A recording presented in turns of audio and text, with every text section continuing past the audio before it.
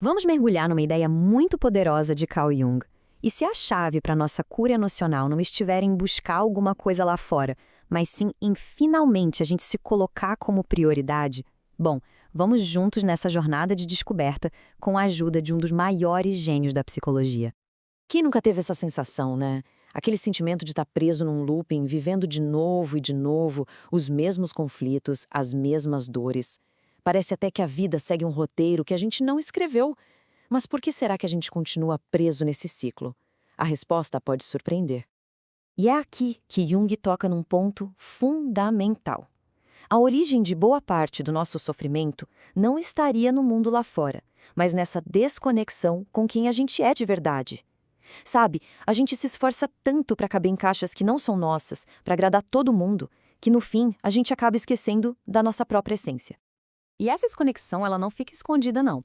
Ela aparece de várias formas no dia a dia. Pensa bem, padrões de autossabotagem quando parece que a gente mesmo puxa o nosso tapete. Relações que são quase um eco das anteriores. Aquela sensação que não passa de insatisfação. Tudo isso são sinais claros de que algo lá dentro está desalinhado. Agora, a gente vai entrar num dos conceitos mais fascinantes e, olha, transformadores de Jung. A ideia de que o nosso mundo externo funciona como um grande espelho. É isso mesmo. Tudo que a gente vê lá fora, as situações, as pessoas que a gente atrai, tudo seria um reflexo direto do que a gente carrega aqui dentro. E esse ponto aqui é crucial. Presta atenção. Aquilo que a gente reprime, que a gente nega sobre nós, não some no ar. Pelo contrário, encontra um jeitinho de aparecer. Sabe aquela irritação sem motivo com alguém? Ou aquele padrão de relacionamento que sempre acaba do mesmo jeito? Pois é, pode ser algo seu, não resolvido, vindo à tona. Jung deu um nome para todo esse material que a gente guarda lá no fundo, a sombra. E é muito importante entender isso, tá? A sombra não é um monstro, não é um vilão. É simplesmente tudo aquilo que a gente aprendeu a esconder, até de nós mesmos, porque não combinava com a imagem que a gente queria mostrar para o mundo. São os nossos medos, inseguranças, desejos mais ocultos. E aqui a gente se depara com uma escolha fundamental. A gente pode continuar negando a sombra. E quando a gente faz isso, ela se projeta no mundo. Sabe aquela característica que tanto irrita em outra pessoa? Pode ser um reflexo de algo que não reconhecemos em nós. Ou a gente pode escolher o outro caminho, integrar a sombra. Olhar para ela com honestidade e, assim, tomar as rédeas da nossa vida, entendendo os padrões e, finalmente, curando as feridas. Essa escolha de olhar para dentro, de integrar a sombra, nos coloca no caminho que Jung chamou de individuação. Falando de um jeito simples, é a jornada para a gente se tornar quem a gente realmente é, sabe? Deixando para trás as máscaras e expressões de fora. E a ferramenta principal para essa jornada é a autopriorização. É super importante a gente quebrar um mito aqui. Isso não tem nada a ver com egoísmo. É sobre responsabilidade. É simplesmente prestar atenção na pessoa mais importante da nossa própria vida. Se colocar como prioridade é, na prática, parar de aceitar migalhas emocionais, seja no amor, na amizade, no trabalho, onde for, é aquela compreensão profunda de que os vazios que a gente sente por dentro não podem ser preenchidos por nada nem ninguém de fora. Essa cura, essa é uma tarefa nossa. Mas ó, vamos ser sinceros aqui. Essa jornada não é uma linha reta, não é fácil. É uma verdadeira travessia.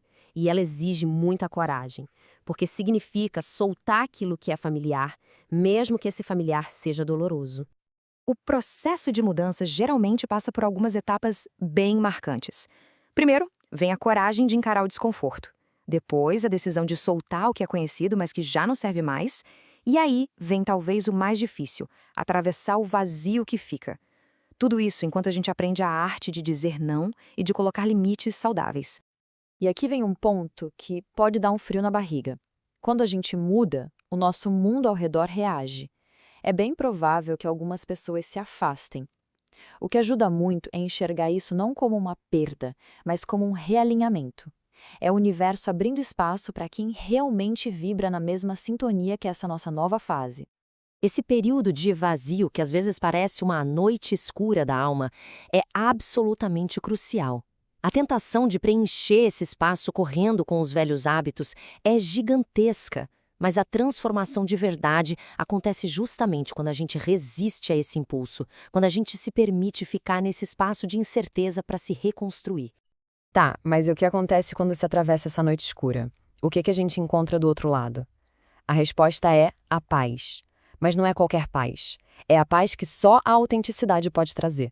O resultado de se escolher dia após dia. A mudança é profunda. Olha só, as relações, por exemplo, deixam de ser baseadas em necessidade e sacrifício e passam a ser sobre reciprocidade, sobre apoio mútuo. A paz interior para de depender da aprovação dos outros e se torna algo nosso, inabalável. E o poder pessoal, que antes a gente entregava na mão de todo mundo, finalmente é assumido com responsabilidade. O resultado disso é uma realidade completamente nova. A vida deixa de ser aquela luta constante, sabe? A ansiedade sobre o futuro diminui, a energia que antes era sugada por situações tóxicas passa a ser investida no nosso próprio crescimento. E aí, naturalmente, começam a aparecer experiências e pessoas que têm tudo a ver com essa nova consciência. E tem um detalhe muito curioso. Parece que a vida gosta de testar a nossa mudança. Não é raro que situações ou até pessoas do passado reapareçam, quase como um teste final, para ver se a lição foi mesmo aprendida e se dessa vez a escolha vai ser diferente. Então, no fim das contas, o ponto central é esse. A paz é sem dúvida uma recompensa incrível, mas o maior presente, o verdadeiro tesouro que a gente encontra no final dessa jornada é a nossa própria autenticidade. É a liberdade de simplesmente ser, sem máscaras e sem precisar da aprovação de ninguém. E para a gente fechar, fica uma reflexão. Depois de entender o caminho, as dificuldades e os benefícios gigantescos, a pergunta que fica no ar é: o que, de verdade, impede o primeiro passo em direção a si?